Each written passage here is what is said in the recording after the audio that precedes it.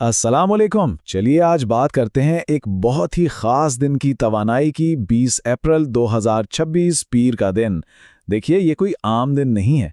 इल्म नजूम में इस दिन को आप समझ लें कि एक गैर मामूली अहमियत दी जा रही है और इसकी जो वजूहात है ना वो भी उतनी ही दिलचस्प है। तो सवाल ये है कि क्या ज़हनी दबाव और माली परेशानियों से निजात की तलाश है? अक्सर लोगों को होती है ना? तो आज की जो मखसूस फल्कियाती तरतीब है, उसका ताल्लुक बिल्कुल इसी ज़हनी सुकून और खुशहाली की ख्वाहिश से बहुत गहरा जुड़ा हुआ है। चलिए देखते हैं कि आखिर इसमें ऐसा क्या खास है। चलिए पहले सेक्शन की तरफ बढ़ते हैं। पीर का कमरी वादा। जी हाँ, देखिए पीर का दिन वैसे भी चांद के ज़ेरे असर होता है, और जब चांद हाकिम हो तो सीधा सीधा असर हमारे जज्बात और अंदरूनी सुकून पर पड़ता है। लेकिन आज इसमें सुकून और फरावानी का एक खास वादा पोशीदा है, और इसे समझना बहुत बहुत ज़रूरी है। तो इस सब का निचोड़ क्या है? असल बात यह है, आज की जो आसमानी तवानाई है वो सुकून यानी ज़हनी आराम और बरकत यानी खुशहाली लाने के लिए आप कह सकते हैं बिल्कुल तैयार बैठी है। बस यही दो चीज़ें, यही आज के दिन का मरकजी मौजू है। अच्छा, अब आते हैं असल फल्कियाती पहलू की तरफ, उरूज का सितारा।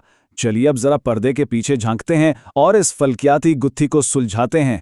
आखिर सितारों की ऐसी कौन सी खास तरतीब है जो इस बेर को इतना इतना पावरफुल बना रही है? तो इस गैर मामूली तवानाई की सबसे बड़ी वजहों में से एक है रोहिणी नक्षत्र।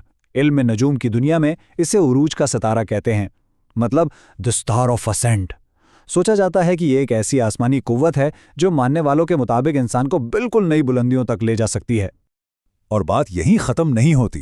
उसके साथ साथ आज चांद एग्जॉल्टेड है, यानी अपनी सबसे सबसे ताकतवर हालत में। इसका मतलब क्या है? इसका मतलब यह है कि चांद बुर्ज सौर यानी टोरस में है, जहां इसकी पॉजिटिव क्वालिटीज जैसे सुकून, जज्बाती तवाजुन, ये सब कई गुना बढ़ जाती हैं। तो ये एक ज़बरदस्त कॉम्बो है। तो अब ये जो पावरफुल मिलाप है रोहिणी निकश्तर और एग्जॉल्टेड मून का, ये खास तौर पर कुछ शोबों से वाबस्ता लोगों के लिए बहुत ही फायदेमंद साबित हो सकता है। अब इनमें कौन कौन शामिल हैं? देखिए, डेयरी इंडस्ट्री, ब्यूटी प्रोडक्ट्स, खाने पीने के कारोबार, और हाँ, फ़नून लतीफ़ा यानी आर्ट से जुड़े लोग। चलिए जी, अब इस हिस्से की तरफ बढ़ते हैं जिसका शायद सबको इंतजार होगा, तमाम बुर्जों के लिए पेशिन गोई। अब हम देखेंगे कि ये जो इतनी ज़बरदस्त एनर्जी है, ये तमाम 12 बुर्जों के लिए पर्सनल लेवल पर क्या असरात ला सकती है। ठीक है, तो शुरू करते हैं बुर्ज हमल यानी एरिस से। इनके लिए माली लिहाज से अच्छी खबर है, बैंक बैलेंस बढ़ सकता है और अरे वाह, पुराना फंसा हुआ पैसा भी वापस मिल सकता है।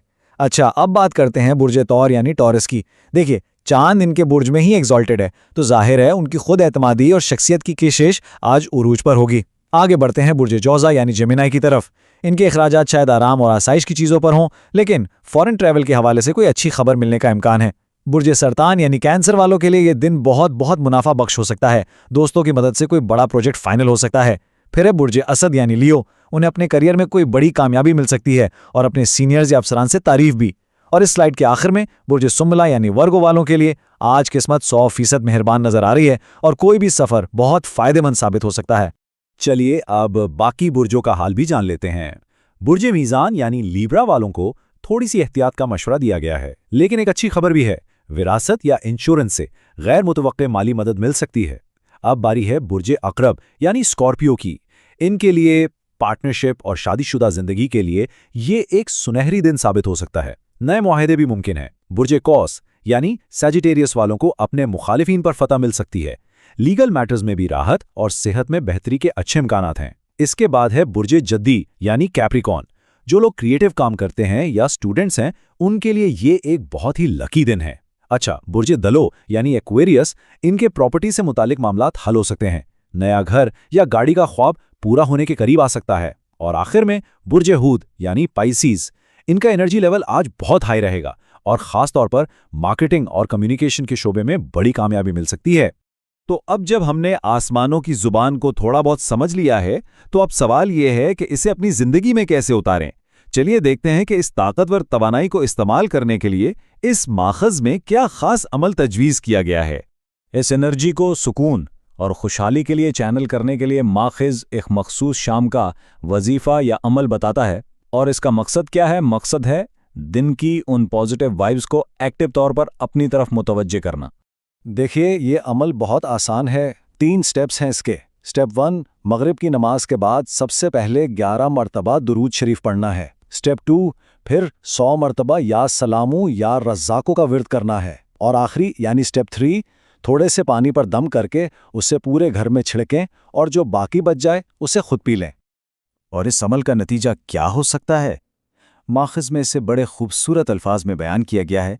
कौल है कि इंशाअल्लाह इस अमल से घर की नाचाकियां खत्म होंगी और रिज़्क बारिश की तरह बरसेगा।